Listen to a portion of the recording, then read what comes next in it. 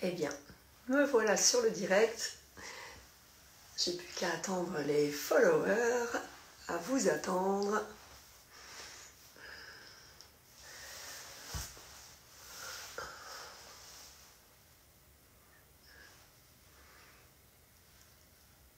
On va donc parler de la fatigue musculaire. Attends. Bonjour Christelle, contente de te voir sur ce live. Salut Mireille. On va donc échanger, j'attends juste que ça arrive un petit peu, et on va donc échanger sur la fatigue musculaire. Bonjour Caro, bonsoir. Priscilla. Salut Nassima. Donc, je ne sais pas si je prendrai quelqu'un en direct. Peut-être vous avez fait une demande, Caro t'a fait une demande. Peut-être c'est une erreur ou quoi, je ne sais pas. Mais on pourra toujours éventuellement échanger en direct. Je vous essaye de vous mettre les grandes lignes sur cette fatigue musculaire. Et n'hésitez pas à me poser vos questions. Il y a certaines qui avaient posé des questions et je vais y répondre de toute façon directement sur ce que j'ai préparé, ce que je vous ai un petit peu préparé. Donc je ne sais pas si vous faites du sport, si vous en faites moins, est-ce que vous ressentez malgré tout une fatigue musculaire, quelqu'un qui pourrait avoir un travail très statique ou debout tout le temps. Tu es à l'hôpital, mais je ne veux pas trop participer. Bon, mais c'est pas grave, tu es quand même avec nous, Mireille, c'est déjà sympa. Hein. Bonsoir à tous. Donc, on peut avoir une fatigue musculaire donc, qui est essentiellement sportive, mais peut-être aussi une fatigue musculaire parce que j'ai fait... je suis très longtemps debout dans mon travail, quand on est dans la vente, quand on est coiffeuse, peut-être sur les salons aussi, par exemple. Hein. Salut à tous. Donc, la fatigue musculaire, c'est vrai qu'on va plus en parler. Et la fatigue de la coach aussi. Alors la coach, quand elle est fatiguée, elle n'a pas de fatigue musculaire, mais elle a de la migraine. Voilà, un petit peu comme hier et aujourd'hui. Mais ça va le faire, du coup je vais pouvoir échanger quand même avec vous. Ça commence à aller mieux, mais ça c'est mon signe, Marie elle le sait. Mon signe quand je tire un peu trop sur la corde, c'est la migraine. Je ne suis pas sujette autrement, mais voilà, je sais que c'est un petit signe avant-coureur, chacun.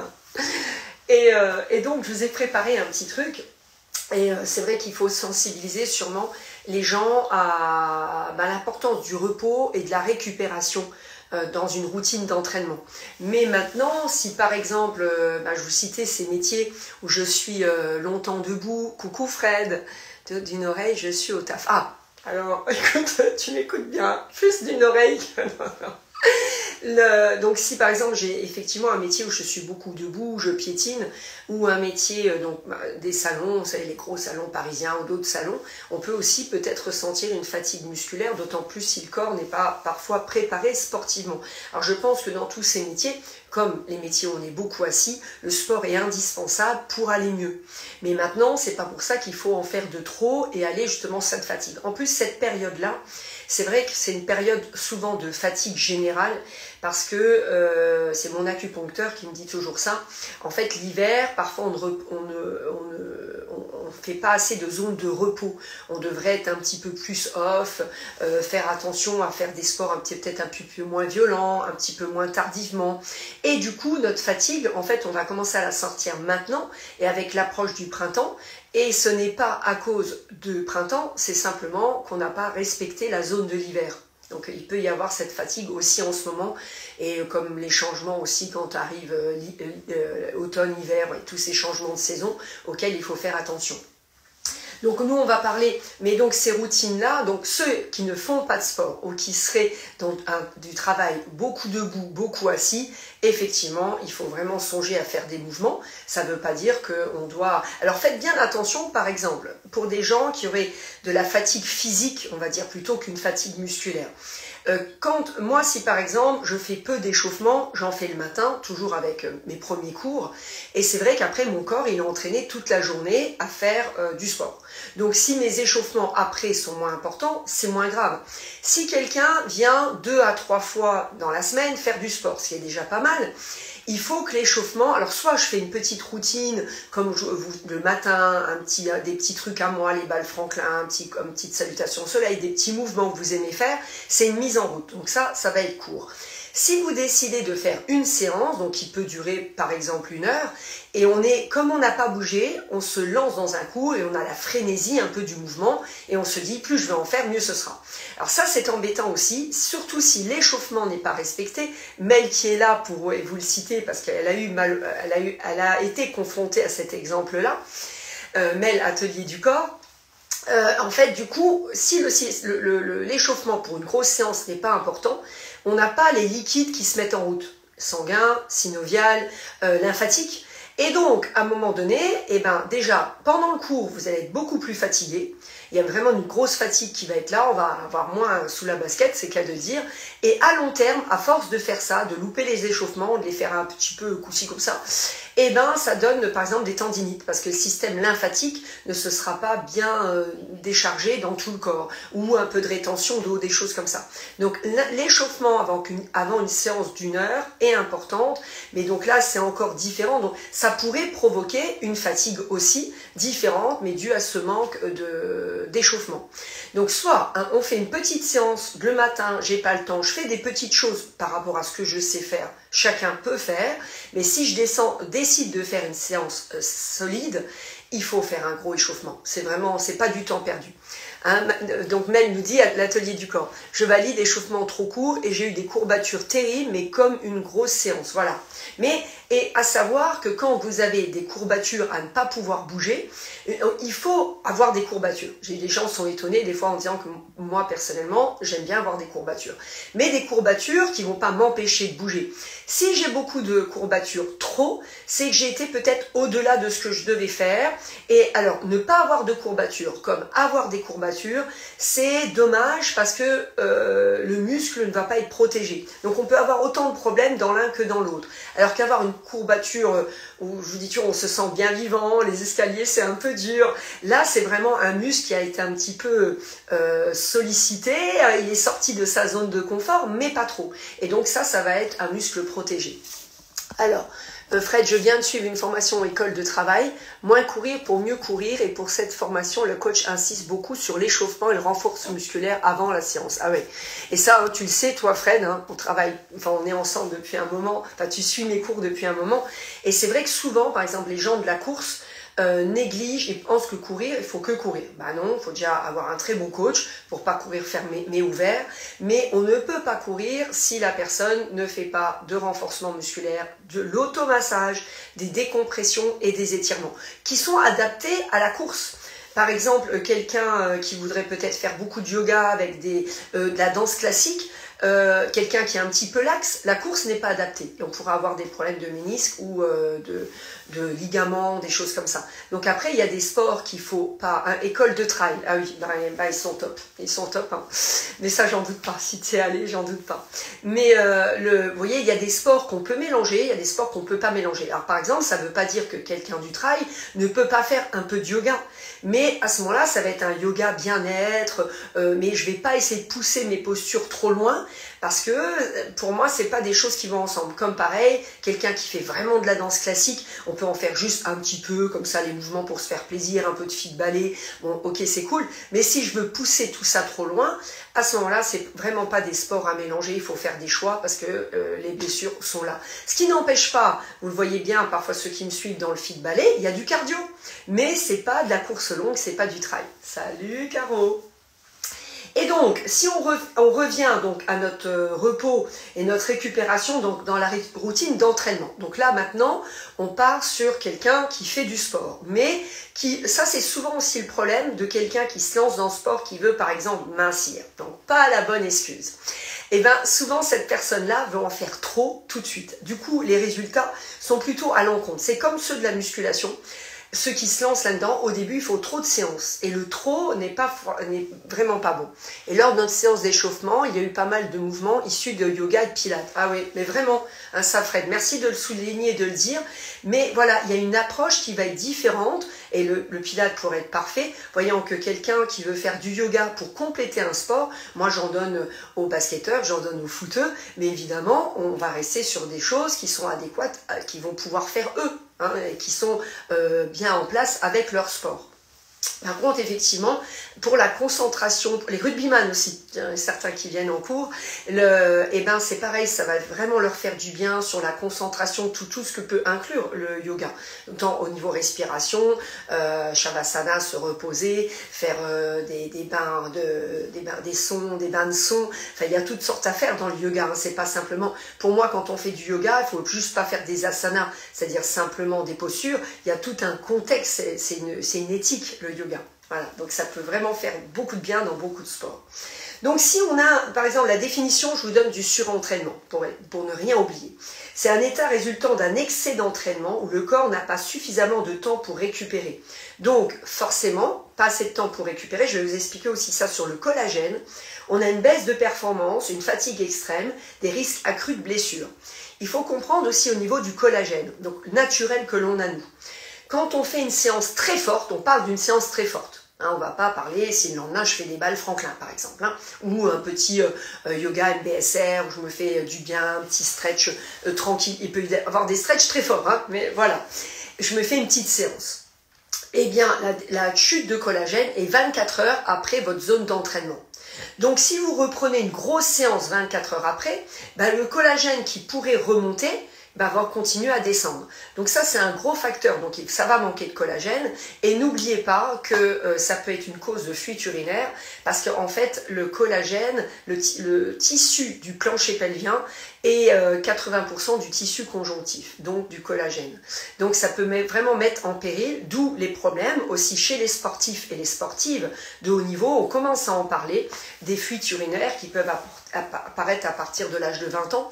Donc moi, par exemple, je me supplémente, c'est dans ma marque, une skin de collagène tout le temps. Alors, si soit Adela pourra vous dire, ça se voit bien au niveau des cheveux, mais je pense que j'arrive à un âge, et vu le sport que je fais, il faut que je le prenne. Après, un sportif de haut niveau, je pense qu'il devrait le faire aussi tous les jours avec la glycine. Maintenant, quelqu'un qui ne fait pas forcément du sport comme ça, peut-être qu'il pourrait en prendre en complément de temps en temps dans l'année. Après, demandez des avis à votre médecin, parce que moi j'ai toujours peur en fait que le corps s'habitue à en prendre trop et peut-être en fabrique moins. Mais bon, voilà, c'est une théorie à voir. Hein.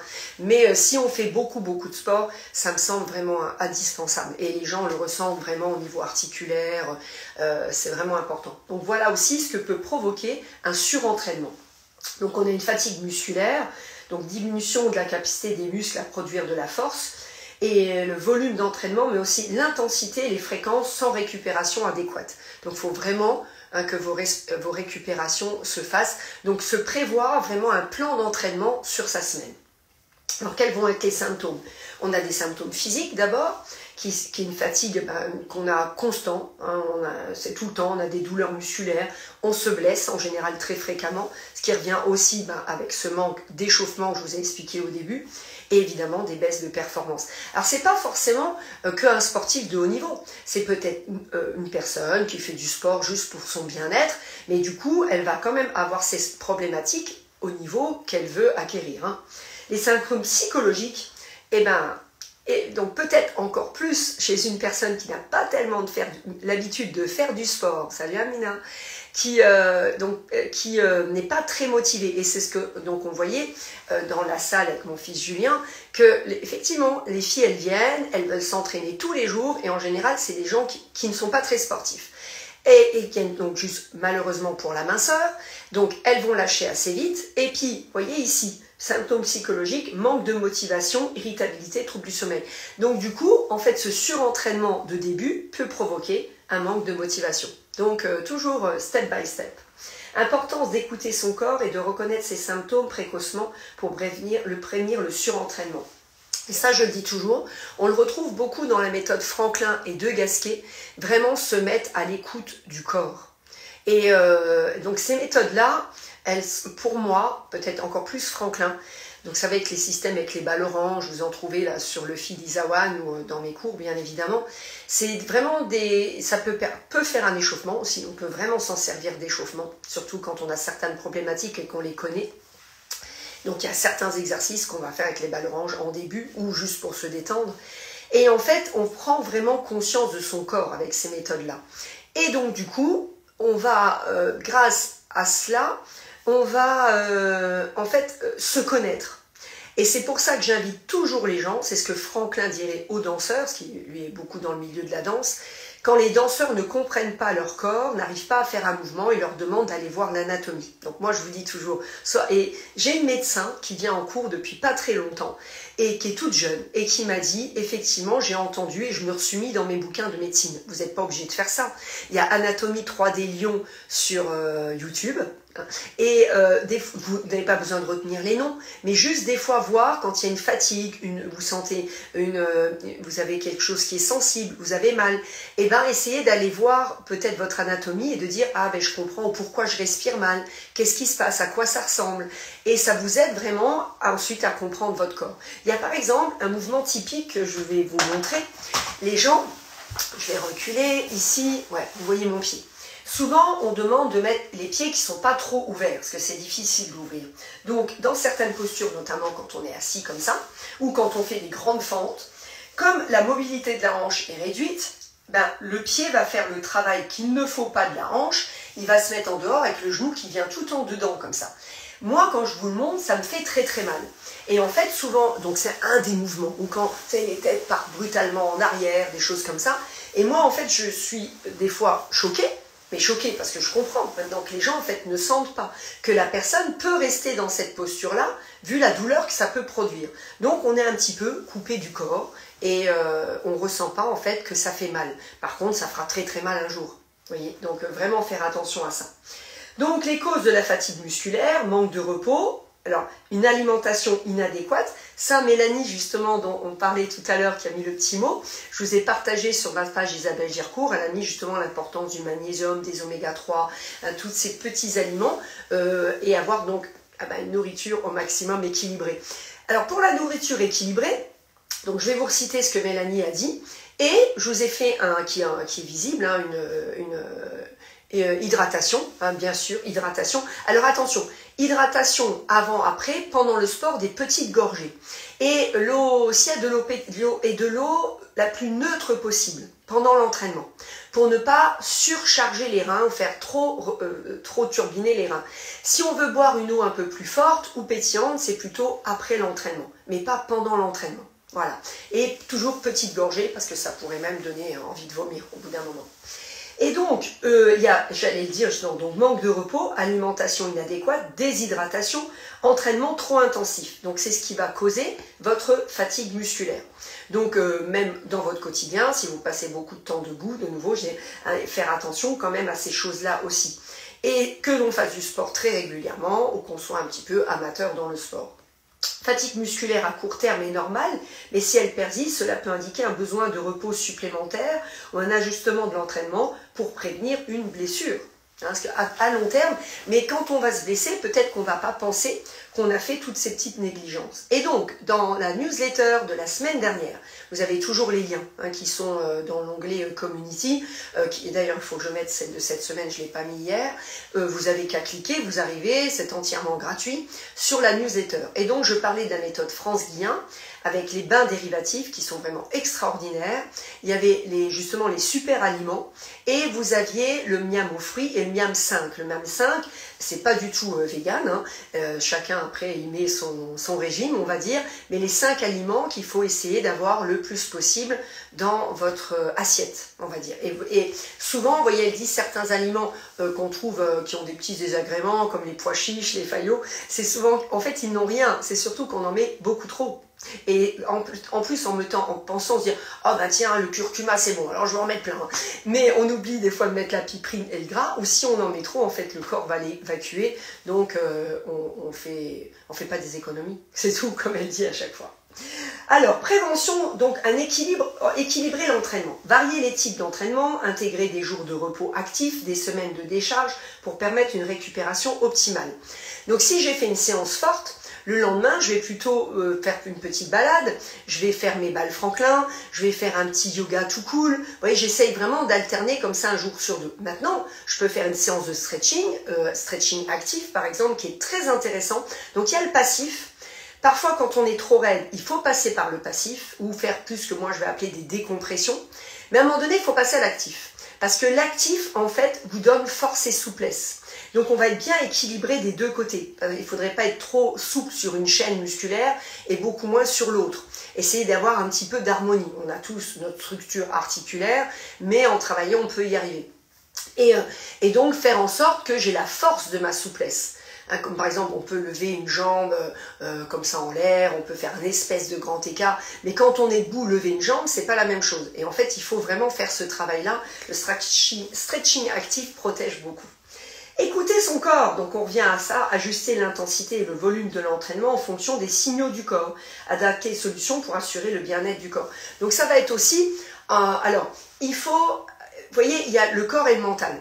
Le mental, il va parfois vous en dire trop ou pas assez. Parce que quand vous restez sur le canapé, pensez-vous que c'est le corps qui vous le demande? Souvent non, c'est le mental. Quand vous voulez aller trop loin, vous prouver quelque chose, ou faire un challenge avec quelqu'un, mais où ce ne serait pas approprié, c'est peut-être à nouveau le mental qui vous le dit, et pas le corps. Donc essayez vraiment d'être donc pour ça, alors c'est pas facile à faire, il faut faire par exemple des yoga nidra, des shavasana, et c'est pas tout facile pour tout le monde, des fois ça peut mettre en stress un peu. Les repos constructifs avec les balles orange de Franklin, on arrive mieux à faire ça même parfois que la méditation, et ça permet un bon tremplin pour vraiment entendre son corps et entendre ses signaux, et avant d'avoir vraiment trop mal ou d'être blessé, et vraiment de l'écouter. Moi, ce que je propose toujours avant une séance, surtout c'est une séance longue, de se poser allongé avant la séance, de savoir moi quel automassage je dois faire, quel petit mouvement je dois faire, et après le professeur va me donner, et ouais, la respiration exactement, après le professeur va me donner ce qu'il va faire pour sa séance. Mais vous, il faut apprendre à vous poser bien en avance, ou si c'est une séance avec quelqu'un, si c'est sur Isawan, c'est souvent ce que je propose, mais certains, quand je parle, je voulais couper les vidéos, certains m'ont dit non, parce que nous, ça nous permet de nous poser, de nous masser. Puis ceux qui ne veulent pas, ils avancent ce temps-là.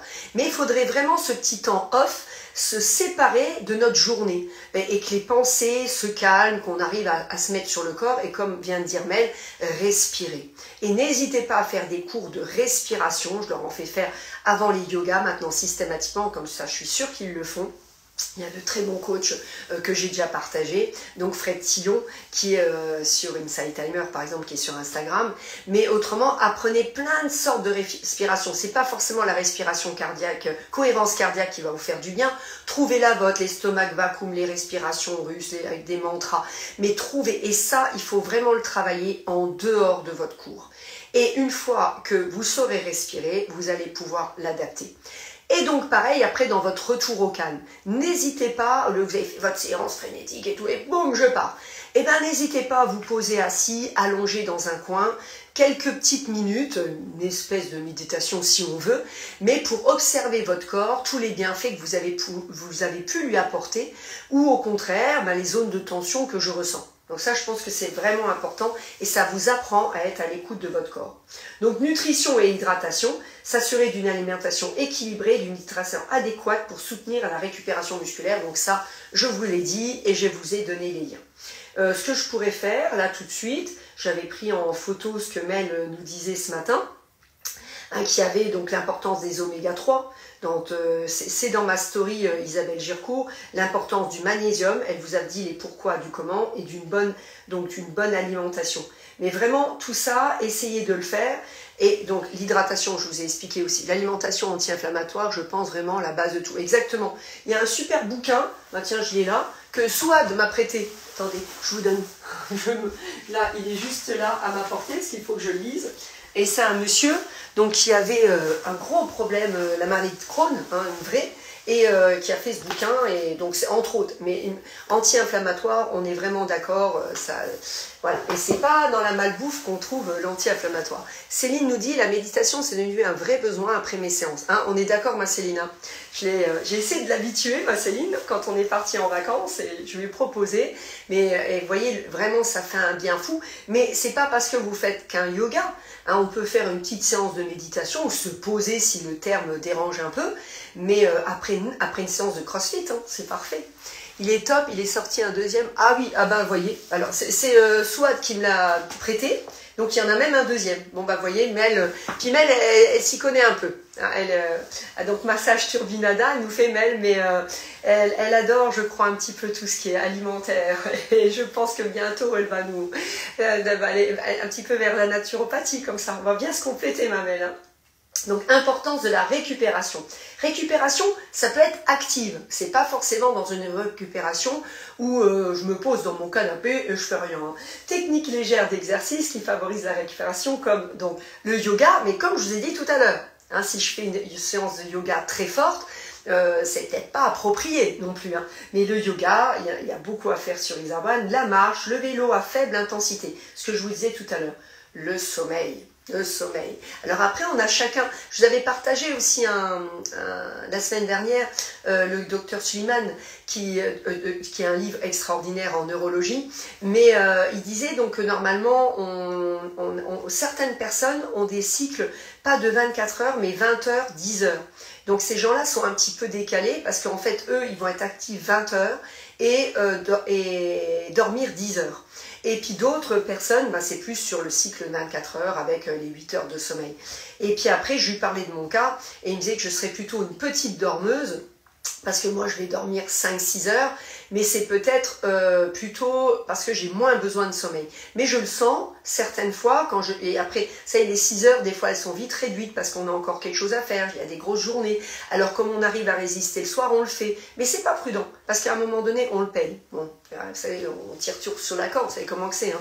Mais donc, le sommeil, je sens bien que certains jours, eh ben, s'il y a pas une grosse grasse matinée, mais si je peux récupérer un peu, parce que c'est vrai que si on dort trop, enfin moi personnellement, après ça me donne mal à la tête. Alors voilà. Technique de récupération. Utilisez aussi éventuellement la cryothérapie. Alors ça, moi je dirais que c'est plutôt vraiment pour des gens très sportifs, qui font beaucoup de sport, parce que effectivement la cryothérapie, d'ailleurs il faut des centres hyper spécialisés, parce que maintenant c'est un petit peu comme les trucs de bronzage, ça y est un petit peu tout et n'importe quoi, mais ça peut être intéressant. Ça peut ou se prendre une bonne douche d'eau froide, hein, c'est pas mal aussi. Faites une bonne douche d'eau froide, c'est top. Et donc des massages, des automassages. Donc ça, je vous l'enseigne très souvent. Donc vraiment des automassages avec des boules, des rollers, des sticks, les petits sticks à picot, hein, ça aussi. Hein, toi aussi, pour toi c'est vrai aussi, Nassima. Hein. Du stretching, donc un stretching, voir ce que je veux faire, soit je fais un petit stretching de récupération. Si je veux faire un stretching fort, ça devient une grosse séance. Donc ça dépend quel stretching je vais faire. Donc effectivement, des bains de glace pour aider à la récupération. Donc ou commencer déjà par une douche froide. Ou de nouveau, les bains dérivatifs. Donc maintenant, on se met plus c'est plus fait sur un bidet, c'est des petites couches glacées qu'on met ça plusieurs heures par jour. C'est fantastique aussi. Mais vraiment, sur tous les circuits, sur l'osseux, c'est juste incroyable. Allez voir cette newsletter. Autrement, planification de l'entraînement. Ça peut être vraiment important. Donc, essayez de mettre vraiment des périodes, planifier des cycles d'entraînement pour alterner entre phase de charge et de récupération.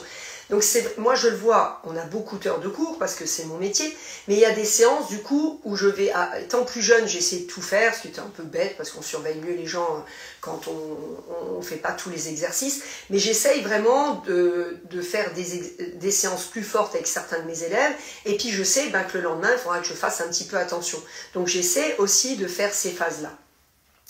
D'adopter une approche plus équilibrée et durable de l'entraînement, essentiel pour améliorer les performances sur le long terme, tout en préservant sa santé.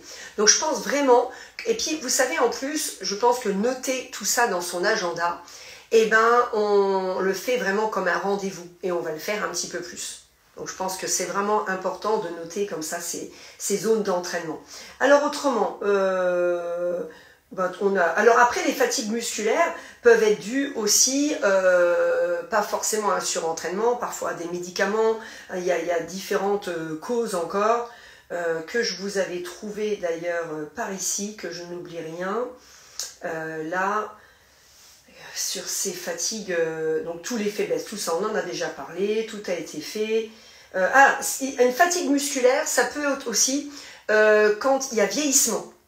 Et si j'ai vieillissement et que je manque d'exercice, eh ben, je vais avoir une fatigue musculaire. Donc un peu comme je vous disais tout à l'heure, la personne qui va assise à son bureau. Vous voyez, il y a le surentraînement qu'on a bien expliqué, mais ça peut être aussi par manque d'entraînement.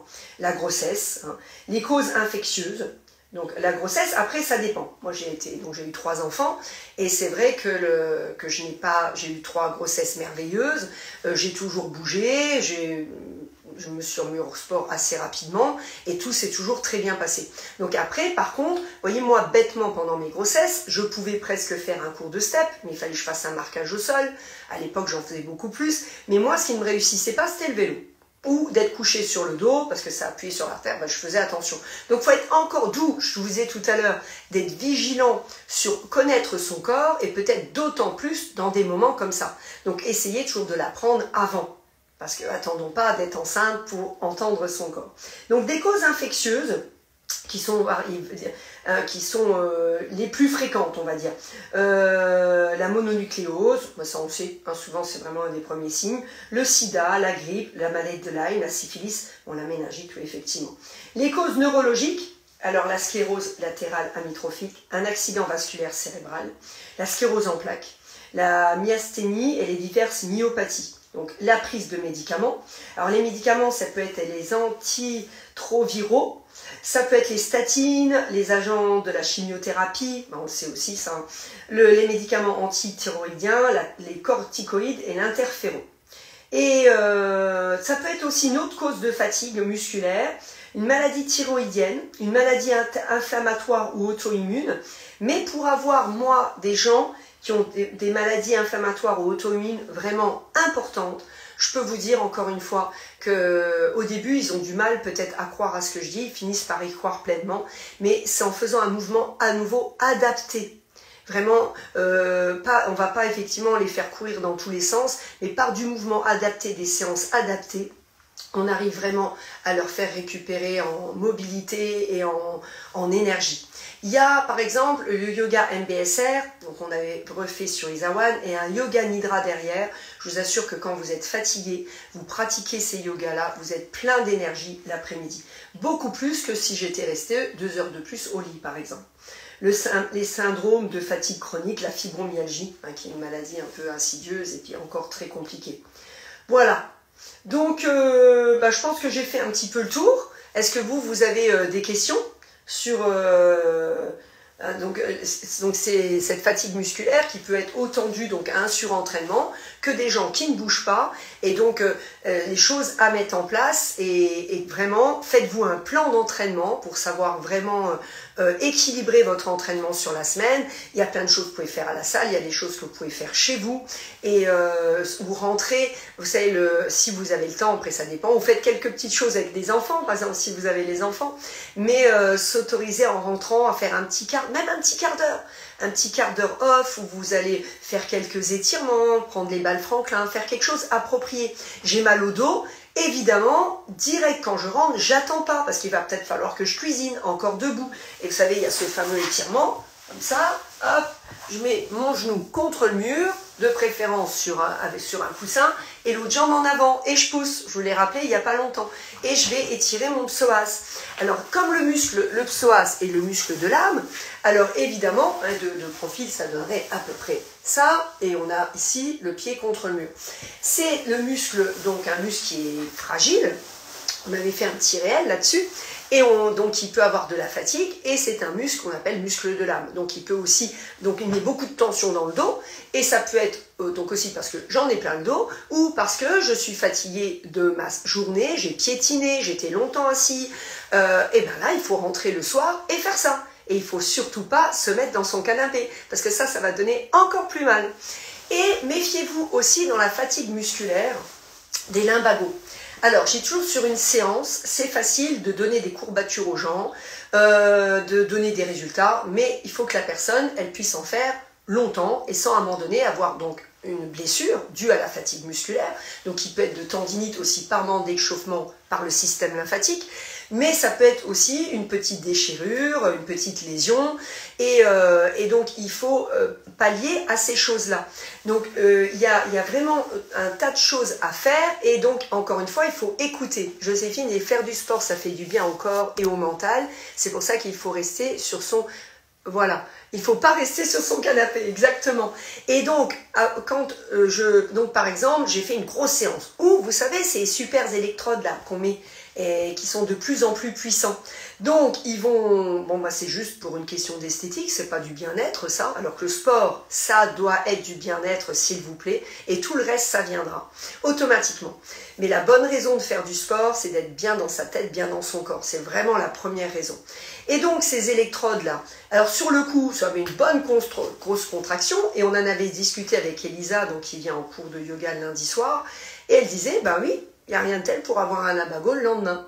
Parce qu'une hypercontraction, et les gens ne vont pas forcément dire que c'est ça. Ou un sportif de haut niveau peut très bien, en se penchant, le matin pour se brosser les dents, se bloquer assez. Peut-être parce qu'il est stressé, parce que il a des zones d'entraînement très fortes, il n'arrive pas à faire des récup, il n'arrive pas à faire un petit peu d'automassage, il n'est pas... Et forcément, cette personne-là va aussi avoir un lumbago. Mais autant, évidemment, une personne qui ne fait pas de sport et qui n'aura pas fait l'étirement du genou contre le mur.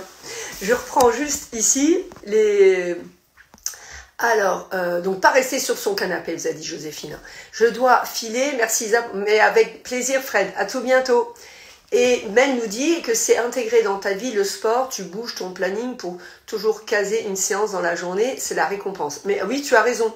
Hein, Et au fait, superbe la tenue de sport. Merci Fred, tout le monde l'adore celle-là. Mais c'est vrai que il faut voir. Mais Mel, quand on arrive à ce niveau-là, tu vois, il faut justement, ce que je disais tout à l'heure, ne pas faire le surentraînement du début. Parce que la personne a une fatigue psychologique. Il faut y aller pas à pas. Trouvez absolument l'activité que vous aimez. Moi, vous savez que maintenant, j'adore le yoga. Avant, j'ai aimé les sports de combat, j'ai aimé le step. Je l'aime moins maintenant, c'est comme ça. Mais on change, puis heureusement avec le corps, mon corps est sûrement plus fait maintenant pour faire yoga qui peut être très très intensif. Puis de temps en temps, j'ai besoin d'une séance aussi, voilà, qui me défoule. Mais c'est pas parce que la copine aime ça que vous devez aimer ça. C'est pas parce que la copine ou le copain, il a des résultats avec ça qu'il faut aimer ça. Il faut trouver, vous, ce qui vous fait du bien. Et après, ce que je dis toujours, Franklin et De Gasquet, ce sont des bases. Et on peut très bien, ce que fait mon fils Sacha, par exemple, il vous l'avait montré en story, faire un petit échauffement yoga pour préparer une séance de muscu. On est bien. Vous voyez, et donc faire vraiment des choses qui vont me faire du bien au corps. Et comme dit après Mel, que ce soit vraiment une récompense. Et vous dire, ma séance de sport, je vais vraiment la caser là parce que c'est une récompense. Alors ce que je dis aussi, petit aparté, dans mes cours privés. Il est vrai, alors il y a des cours collectifs, les gens ils viennent à ce cours parce qu'ils sont bien et parce qu'ils savent qu'ils vont pouvoir le faire, normalement. Mais maintenant, il y a des séances privées. Moi, c'est vrai, alors il y a des coachs qui prennent plus cher, vous savez, parce que les gens sont plus nombreux. Moi, j'ai toujours, c'est le même tarif. C'est pas moi qui suis gagnante ou pas, c'est le client qui est perdant. Parce que quand vous venez à 2, à 3, quand le jour où vous arrivez, il y a une personne, elle a mal au dos, elle est très fatiguée, justement, fatigue musculaire, et l'autre personne, elle a la pêche. On fait quoi pendant ce cours-là ? Alors, les 3 personnes, elles vont être un peu insatisfaites. Donc, vous voyez, une séance privée, peut-être en prendre moins, ou il y a des coachings même en Zoom, mais la prendre pour soi et de se dire, voilà, j'y vais parce que ou je veux améliorer certaines choses. Mais sinon, de faire de temps en temps, on peut se faire un petit kiff où les gens se connaissent bien. On va se faire un petit truc, mais je ne fais pas que ça. Je fais d'autres choses à côté et je partage quelque chose avec d'autres. Ça pourrait être mieux. Alors, ici je regarde, j'arrive plus à courir comme avant, je suis essoufflée. Après le souffle, alors c'est pareil. Alors, ce qu'on disait avec Fred tout à l'heure, donc sur le souffle, il faut déjà s'entraîner régulièrement. Il faut donc faire des décompressions, des automassages, des étirements, du renfort pour éviter le syndrome de l'essuie-glace, là par exemple. Et il faut faire du fractionné. Donc ce qu'on fait nous des fois en cours, même dans les circuits minceurs, je vous le propose, du circuit fartlek, du tabata, il faut aller faire ça dehors, soit en s'amusant comme ça, ou aller dehors et faire du fractionné. Mais sinon, à un moment donné, la course, ça ne va plus. Bon, écoutez, ah ça c'est bien mon Amina, elle est vraiment habituée à écouter le corps, ah, ça c'est top, ça c'est bien. Salut Mamel, voilà, salut Harry, son fils, voilà. Bon, je pense qu'on a fait à peu près le tour. Dites-moi si vous avez encore d'autres questions ou peut-être des choses en parlant que j'ai omis de vous dire. De rien Nassima. Salut Maléti. Donc je ne sais pas si vous avez d'autres choses. N'hésitez pas à me faire des suggestions pour les cours. Hein. Moi j'ai fait un peu en fonction de ce que je vois, en fonction des besoins, en fonction des réactions. Et à ma Vlasouad. Et n'hésitez pas aussi, je pense que je vais faire, vous me direz, si ça peut vous intéresser, je vais refaire, alors oui, un cours, alors Nat, ce qu'elle fait, oui, un cours privé te permet de comprendre davantage et pousser un peu la machine avec des yeux bienveillants mais stricts. Exactement, ma Nat. Et Nat, c'est ça. Et vous savez, alors des fois, j'ai tout dit, Amouna, merci. Des fois, Nat est étonnée. C'est vrai que moi, des fois, ma séance, quand Nat, elle vient en cours, elle est sur Isawan, donc de temps en temps un cours privé, et des fois au début, vous savez, je cherche, je lui demande ce qu'elle a fait, ce qu'elle n'a pas fait, ce qu'elle a besoin d'avancer, après je la connais, et tout d'un coup, je vais aller quelque part dans ma séance pour la faire progresser, et souvent elle me dit que je tombe dans le mille, mais vous voyez, c'est parce qu'elle est seule que j'arrive à faire ça, mais il serait deux, je ne pourrais pas travailler de la même façon, pas du tout. Et oui, donc je vais peut-être, si ça peut vous arranger, comme je voyais que les petites vidéos parfois sont peut-être plus pratiques à faire pour vous, et j'ai vu aussi que du coup quand vous avez les petites vidéos, et bien tout d'un coup vous aviez envie d'en refaire une autre. Alors par exemple là, par exemple le cercle, qui est vraiment magique, le cercle de Pilates. Par exemple faire l'échauffement, et puis ensuite donc dans une petite vidéo de 10-15 minutes, qui pourrait être un cours en soi, par exemple un matin pour vous mettre en route, un soir, vous vous dites tiens je vais faire un petit pilates cercle, mais juste 10 minutes tranquille.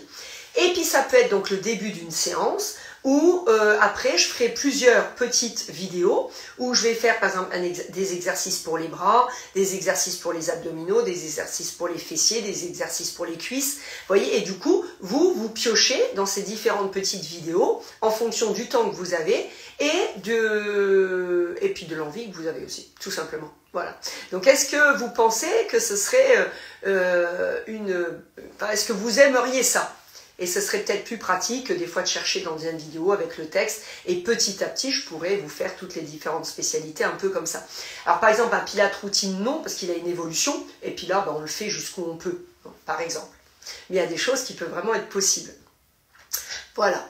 Donc ça, c'était ma question. Et puis vous, peut-être avez-vous d'autres questions. Et puis sinon, je vais clôturer le live. J'espère que j'ai répondu à tout. On va vous faire un petit résumé de tout ça aussi. Hein. Vous allez avoir un petit post et vous pourrez avoir ce résumé et puis le relire et puis ou rechercher quand vous avez besoin. Merci Nassima. N'hésitez pas à poser vos questions, même dans l'onglet Community, parce que c'est sur Isawan. Parce que ça permet vraiment d'échanger et puis peut-être ça peut servir aussi à d'autres. Voilà. Voilà. Merci Nassima. Bon, si vous n'avez pas de questions, j'espère que je vais essayer de faire ça avec le cercle, par exemple, la nouvelle présentation, et puis vous me direz si ça vous plaît ou pas. Voilà. Bon, je vais vous laisser. Je vous souhaite une très bonne soirée. Prenez bien soin de vous. Et puis, à tout bientôt. Certains sans doute à demain, et puis autrement en message. Alors, excellente idée, ces petites sessions de cercle. Merci beaucoup, Caro. Je sais que tu l'aimes, il me semble, celui-là, si je ne me trompe pas. Oui, belle idée, ça peut motiver à enchaîner, nous dit Céline, c'est en fonction de ce que l'on a envie de travailler. Voilà, c'est ce que je me suis dit. Hein, en fonction de ses envies, et puis en fonction de son temps, vraiment, et puis des fois, du coup, on se fait avoir un petit peu, on en fait une, et puis on se dit, tiens, je fais encore ça derrière. Bonne soirée, Letty. Merci, Caro. Bisous, Letty. Merci pour ces petites sessions. Merci. Donc, ces lives, on va les refaire. Peut-être parfois ce sera moi. Merci, Sabine. Bonne soirée à toi.